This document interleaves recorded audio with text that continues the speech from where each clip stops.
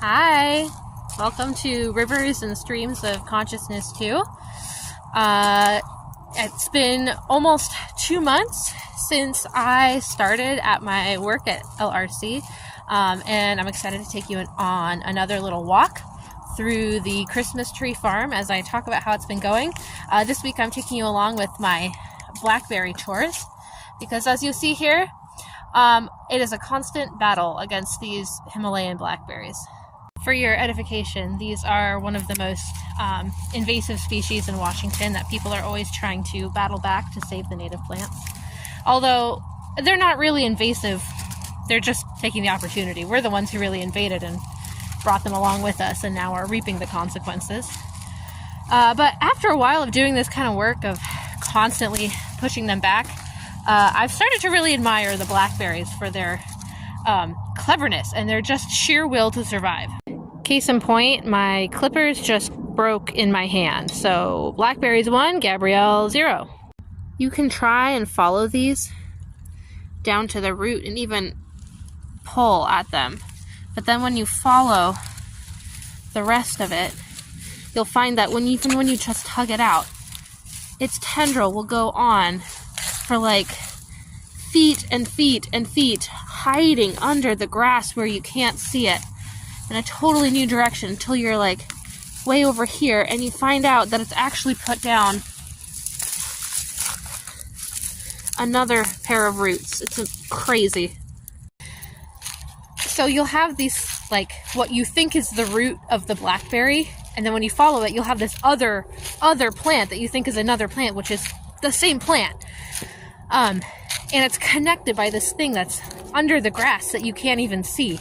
And it's hard to get it out because it's connected through these tendrils that you can't even visually see unless you really start digging at them.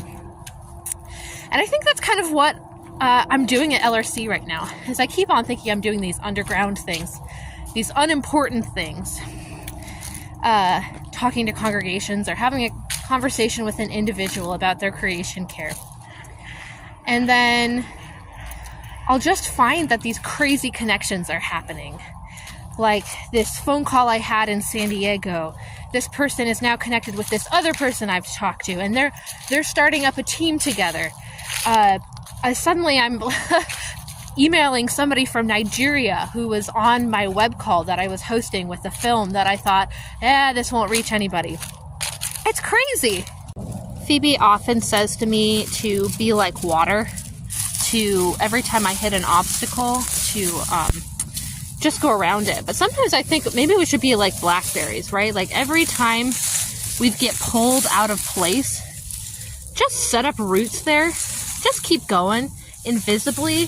Oh my gosh, this one is so long. And grow where you're placed and make connections, and it makes it really hard to disrupt what you're doing. Oh my gosh. So I'm trying not to be discouraged by there not being too much fruit, because it's not really the fruit of the blackberry that shows its power. You know, this stuff can take down buildings, and it's the tendrils, the connectedness of them, and their willingness to grow out of what was previously a dead end.